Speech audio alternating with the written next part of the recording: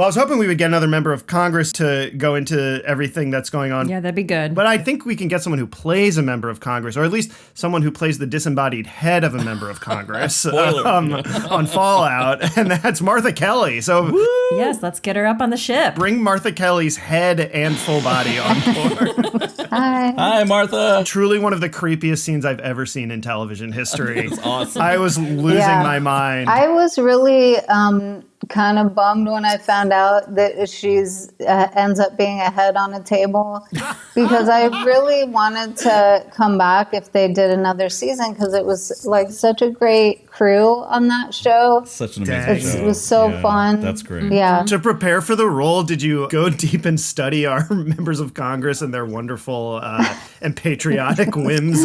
I don't have the inner fortitude to get to know. Every time I get to know our Congress people better, it ends up being for really bad reasons. Totally. You know. So that's probably a perfect segue. Watch a little bit of news with us. Yeah. Yeah, let's do it. Ding dong. Classic porno setup. There's no tax on this tip either. Zip. They're all your favorites. That's right. These are good. DoorDash is doing a good job. So I'm just gonna hold these the whole time. This feels natural. He's like Jack Donaghy in that 30 Rock commercial where he's holding two mugs. Like, I feel like I should be doing something with my hands. they want to have men playing in women's sport. Do you think that men should play in women's sports? I really don't have an opinion on that. You don't. I'll bet you do. No. I bet you're a backwoods transphobe. You got that transphobic look to you. Why would you ask a DoorDash delivery person about anything that controversial? Why? You're not having this conversation every time you order a pizza? Have you ever heard of Riley Gaines? As they're trying to get away. I have a lot of deliveries, yeah. Mr. President, did you post that picture of yourself depicted as Jesus Christ? She immediately starts distancing herself from him when he gets the Jesus question. I wish I could be behind this pillar. It's supposed to be me as a doctor making people better. Dr. Trump, medicine god. Streaming now on Paramount Plus. And I do make people better. I make people a lot better. I bring the light inside the body. I understand your husband's going through treatment. Yes, sir. Yes, sir. He's going through some very serious cancer treatments. Is this Trump as a doctor diagnosing? What is this? He's just trying to get intake here? What does he give her, like $100 tip? This'll take care of your husband's cancer treatment, right?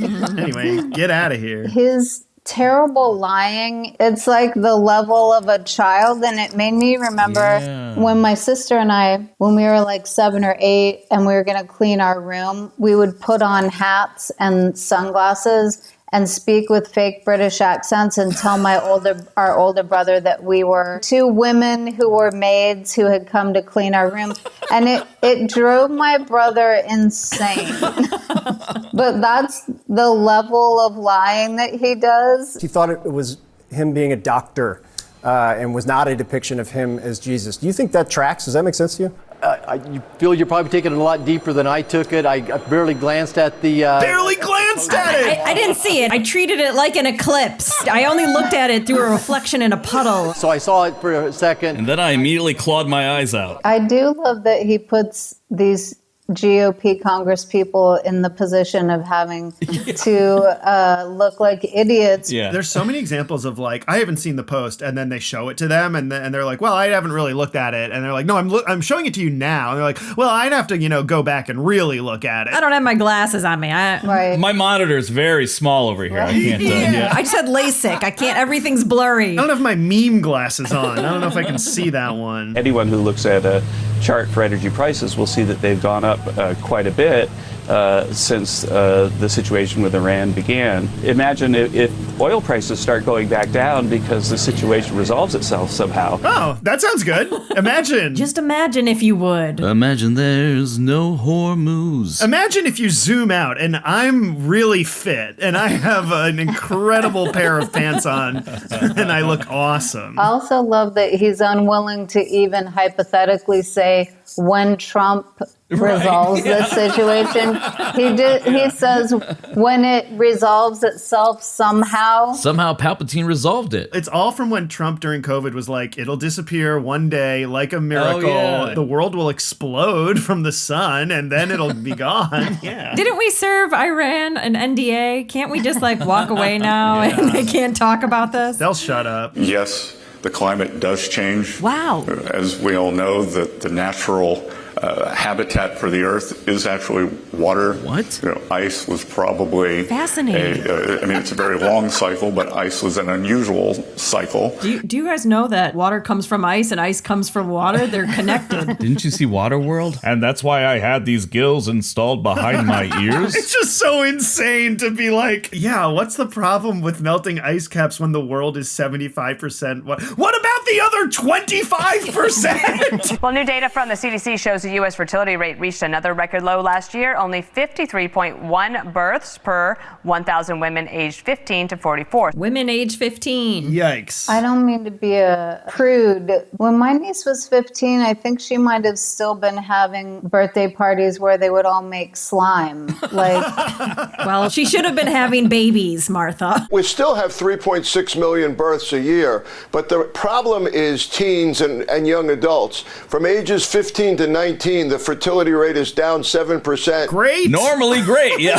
Wow. So nice to have a 73-year-old man talk about how bad it is that more teens aren't having sex. We've got a real safe sex epidemic in our country. Yeah, wait, that was their whole thing for like my entire childhood. I know. Was don't have sex. Yes. It seemed like a couple years ago was when like the far right started saying like a woman's prime fertility starts when she's a teenager. Oh, and that's when they started putting it out there on like podcasts. And who was that Project 2025 guy? John McEntee. Yeah. He runs that right-wing dating website called The Right Stuff. Oh. And his whole thing is, we need to get back to like... Child brides, yeah. Yeah, child brides. Gross. It's making me want to commit homicide, and so I wonder if I go to prison, would you guys do an episode with me from prison at some point?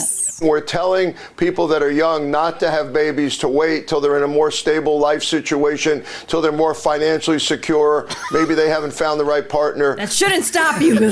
Find the wrong partner when you're broke. We really need to encourage the cycle of poverty. Every couple is having, on average, 1.56 children in the United States. We need 2 or above. We need to reboot MTV Doc 16 and Pregnant. Wow. Did you guys ever watch that? I mean this as a compliment. I think today's 15-year-olds are even emotionally more relating as being children than when I was 15. We were like, who's got beer and cigarettes? Right, but my niece and nephew aren't like that. That's and great. they're Gen Z, and I don't know that they'll ever ask who has the beer and cigarettes. That's the moral decay in our country. They're never gonna know. They're not cool. That's everything. Wow. Apocalyptic episode. Well, Martha, thank you very much. Thank you for having me. How much homicide are you gonna do now? Yeah. All of it? It's difficult to get away with if I go into how much I'm gonna do, but I will. You've been watching that ABC hit show, How to Get Away with Murder.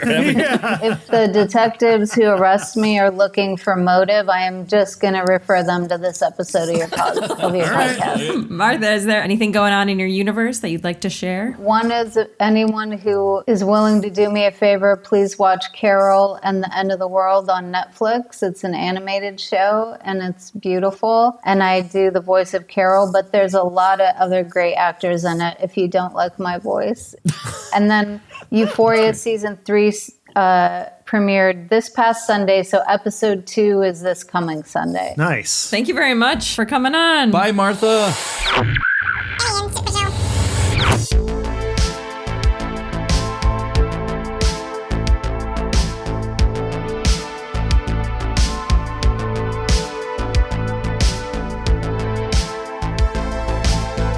Sharon delivered McDonald's to the Oval Office. It was a little bit of a, to be honest, it was a little tacky.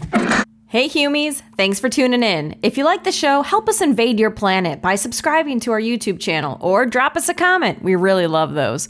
If you really like the show, subscribe to our Patreon where we share some bonus content. All right, okay, gotta go. Bye!